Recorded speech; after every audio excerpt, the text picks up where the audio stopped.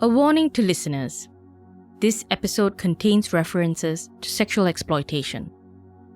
According to the UN Office of Drug and Crime, human trafficking affects nearly every country in the world, whether it's as the origin country, the transition country, or the destination country. Human trafficking is considered modern-day slavery. It robs human beings of their right to life and their dignity, most commonly in the form of sexual exploitation and forced labor. Trafficking has become the fastest-growing crime in the past few years, and experts agree that the problem is getting worse. This could also be linked to worsening conditions in many countries, complicating economic, social, and political situations. The victims of human trafficking are almost always women and children. We tend to assume that it's men who are the traffickers taking advantage of these vulnerable people. While there are definitely male traffickers, a UNODC survey revealed that in 30% of the countries, women play a predominant role in trafficking other women. Dr. Abi Foluké Badejo talked to me about Grace and Grit social enterprise, which is trying to break the cycle of women subjugating other women. So what Grace and Grit social enterprise is doing is that we're trying to provide options and opportunities, choices to people, alternatives. Focused on social behaviour change, and we are based in Brisbane, but we have global partnerships, so we operate in Cameroon and Nigeria. What can we do? In this podcast, I speak with those who are putting their ideas into action, focusing on the good they can do for their neighbours, communities, citizens, and the world. In this episode, we'll learn about Grace and Grit's social enterprise, what Dr. Abi has learned through the course of her work, and how you can get involved. Dr. Abi's childhood was spread across Nigeria, where she was born, Fiji, where she spent her teenage years, and Australia, where as a teenager she came to study and finally settled. She now calls Australia home. It was in Fiji that significant experiences shaped Dr. Abi's worldview, instilling in her a distinct drive to empower the disempowered. In Nigeria, there is a sense of it's home, you just belong. When I was growing up in Fiji, I felt like there was still quite a bit of work to be done in terms of people's understanding of tolerance for other cultures and differences. So there was a lot of racial prejudice against people who weren't indigenous. That racial prejudice affected me, and so I felt more that I could identify with a group that was visibly marginalized. So that started to actually also inspire me to speak up against oppression. It was in Fiji that I got my first real taste of what it felt like to be different. But that's not to say that my experience in Fiji was entirely negative. In fact, some of the best years of my life growing up in paradise, it was just a different perspective because, I'd grown up in Nigeria where I was not a color. And so going to another country, it was the first time that I had to see myself as different. And there was a lot of coming to terms with what that meant for me in terms of identity and belonging. Dr. Abi understood what it meant to sometimes not have a voice. She also understood that your circumstances can change overnight, which may have a lasting effect on your entire life. My parents went from people who were quite well off, entrepreneurs themselves, to people who found themselves disadvantaged by the system because they didn't have the right connections at the time that they were going through a really difficult time financially. When I saw that happen, and then I saw how the rest of the population lived who didn't have access to those same opportunities and connections, it really grew that sense of urgency in me that something needed to be done. Inequality, it's a major problem globally.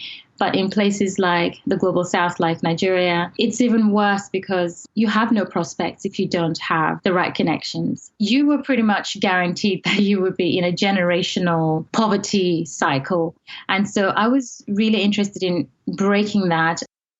In Dr. Abi's eyes, she's lived a privileged life, and she believes that comes with a responsibility. I believe that if you have the opportunity, if you are privileged, you should use your privilege to empower other people. And I consider myself quite privileged, having had the opportunity to grow up in 3 different countries now and earning money that can actually make a difference in the lives of people back there. So I am using my privilege to transform the prospects of people who wouldn't otherwise have that. And I'm also anti-oppression. It's not just oppression from human trafficking, it's oppression from all forms of inequality that keep people unable to have a say, unable to have a seat at the table, unable to have their voices heard. She focused her area of work and research expertise to change conditions for vulnerable populations in Nigeria, women and children. In the case of human trafficking, this gets a little more complex. People's understanding of human trafficking, that black and white view, no room for grey. And by that, I mean that people don't understand the circumstances that can lead a young woman to become vulnerable. It's not as simple as poverty. It's also ideology. It's also social influences. It's also family influences. It's also peer influences. So it's a complex intersection of push and pull factors. There is the poverty angle, yes. There is the economic oppression, yes. But it is also the influences around these vulnerable women, even down to the media that they consume. All of these interact to make women who are vulnerable even more vulnerable. I read about Nigerians that everybody is rich in waiting. Everybody believes that they're going to be rich one day. So nobody's happy to just stay poor. So everybody's driven, ambitious. There's a social pressure and a lot of status ascribed to, your social class. And so when you have no money, you are powerless, voiceless, and invisible. And so people are very much motivated to change their situation, to change their circumstances. So they're driven by a desperation combined with oppressive structures. You have this potent drive to escape that, to transform your life. Rather than just setting up an NGO to provide aid and money, Dr. Abi set up Grace and Grit Social Enterprise to go one step further. Dr. Abi's research helps the organization understand how and why trafficking occurs in these communities and to also challenge common misconceptions.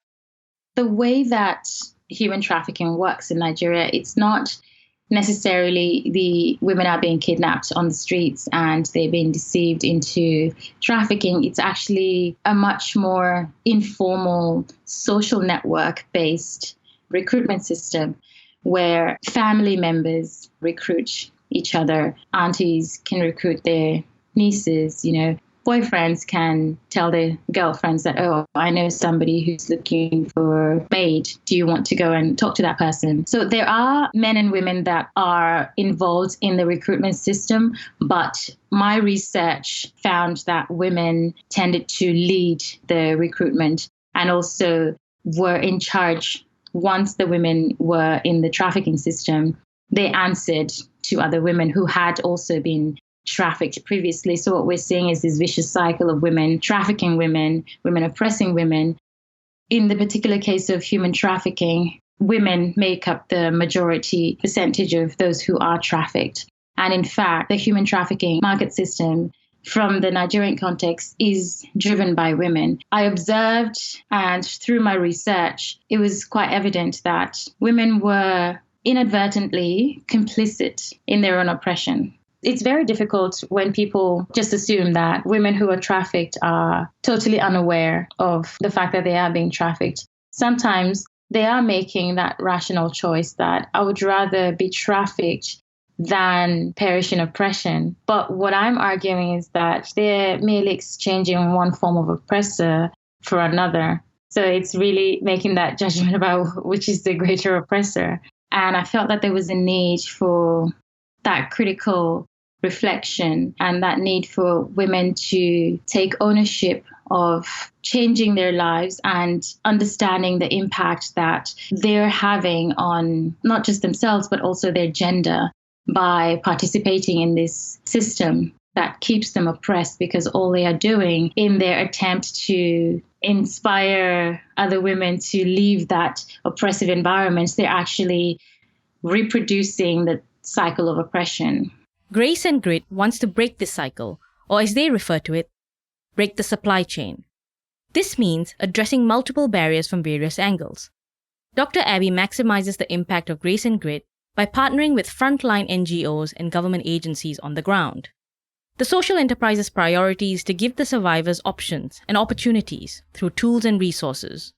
We work with NGO partners on the ground and government agencies. We identify women who have been trafficked. We employ them actually to transform their prospects. So we provide them with employment, and we also train them in enterprise development. We're training them in vocational skills, business skills, entrepreneurship skills, and we provide them with basic resources to start a business. Those who are interested in becoming entrepreneurs, we train them in that field as well, and we help them with a structure where they learn vocational skills that they can then use to start a business. Well, I'll give you an example. We trained up 9 women in Cameroon through our NGO partner, Survivors Network, who herself is a former survivor of human trafficking. We developed a 2-day program where women were given vocational skills in snack making. They were taught about the dangers of human trafficking, not just from the perspective of their experience, but then we also talk to them about how they can prevent themselves from being re-victimized and being re-trafficked. So they get the knowledge about human trafficking, they get the skills to start a business, and they also get business enterprise development skills. And so at the end of the 2-day program, they go off and start their own business. We now have 9 women who have started their own little small food business in the markets, and they are earning reasonable income to survive. And so we are giving people options. And in Nigeria, we have 3 human trafficking survivors. We've trained in vocational skills as well. And they actually are employed by Grace and Grace Social Enterprise, and they man our hotline. So we have a hotline that we are promoting to vulnerable people, high school girls, children, so that they have a number to call if they ever find themselves in a situation that could lead to exploitation and human trafficking and child labor. The idea of providing survivors with the resources to live their own lives, rather than living and working in shelters, came from a chance meeting that Dr. Abi had a few years ago. So I had access to a shelter, a human trafficking shelter. This woman she knelt in front of me, she was weeping, and she said, "Please, you have to help me get out of here. I don't want to be here. I have a 4-year-old and there's nobody taking care of her. Just my mother, and she's old. I became a victim of human trafficking because I was trying to help my child. And now I'm a victim in this shelter and I can't leave." She didn't mean that she was being exploited in the shelter. It was the fact that she felt that her freedom had been taken away from her because, once again, she's in an environment where she didn't have any agency, and she wanted to leave because she had a child that she was responsible for. The pain in her eyes, the desperation in her eyes, I felt so moved by her pain that I felt like I had to do something. Aside from providing access to a living and employment, Dr. Abi recognizes the importance of mental health care. So we finished 2019 on an incredibly inspirational high with our very first expert international volunteer, Gestalt therapist Rosemary Bauer of Relating Matters on the Sunshine Coast, Australia.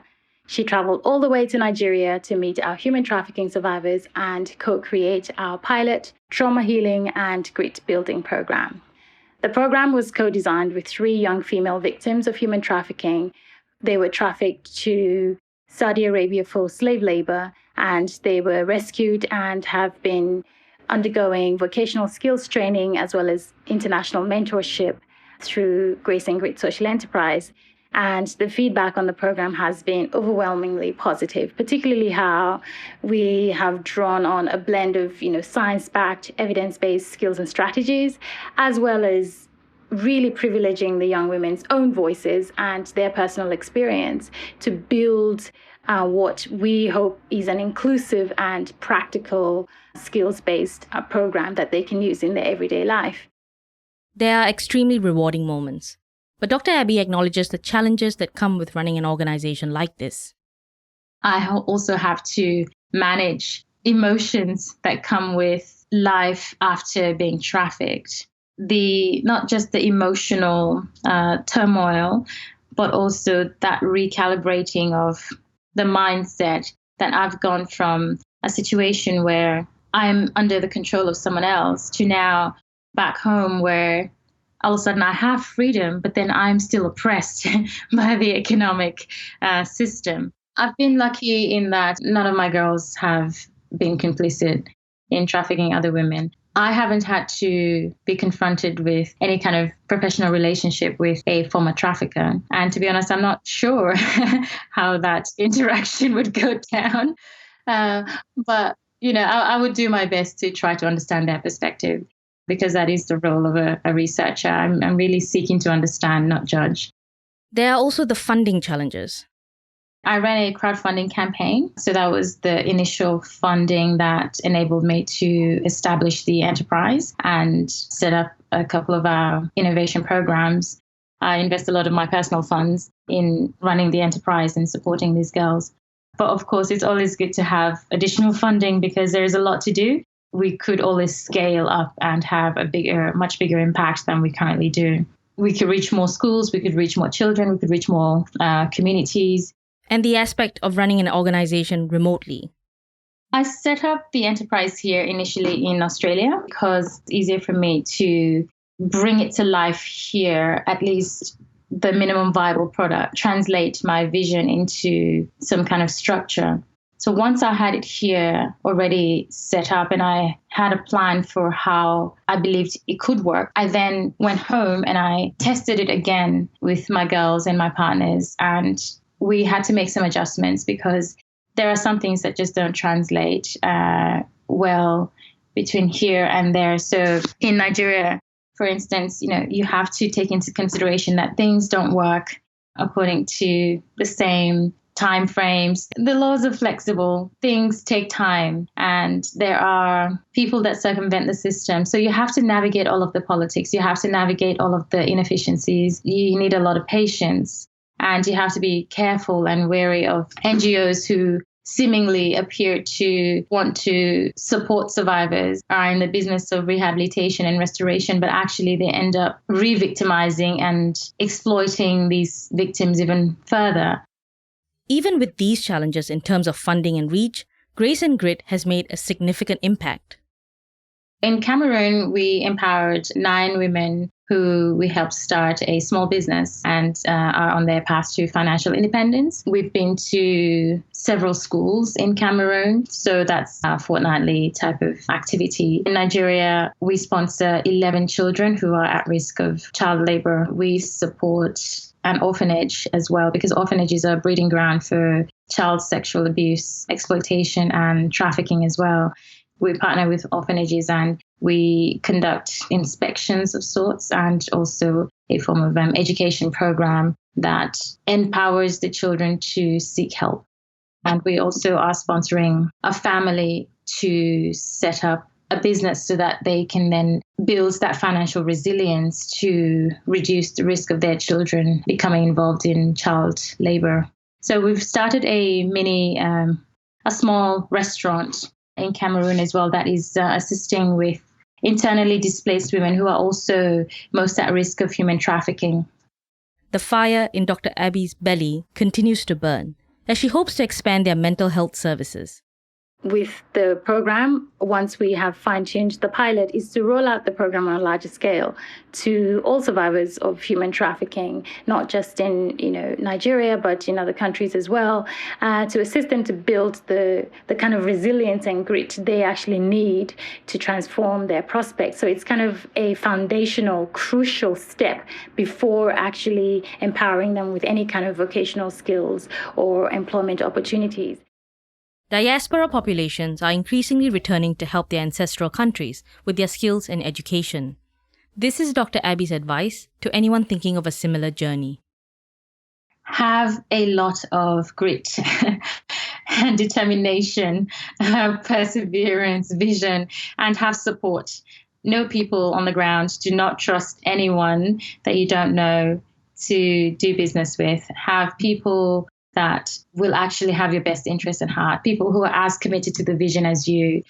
That is the most important thing for me, actually. Finding people who are committed to the vision, aligning your vision with your partners on the ground will get you a long way. If you would like to donate to Grace and Grit Social Enterprise, you can visit them at their website, www.graceandgritsocialenterprise.org. Thank you for listening. If you liked what you heard, please rate or follow this series on whichever podcast service you're on. Another great way to support this series is to follow me on Facebook or Instagram. Just search for What Can We Do podcast. What Can We Do is an independent podcast series produced and edited by me, Prema Menon. The script editor for this series is Lisa Nadolski, and the audio you're hearing has been sweetened by Nicholas Allaire.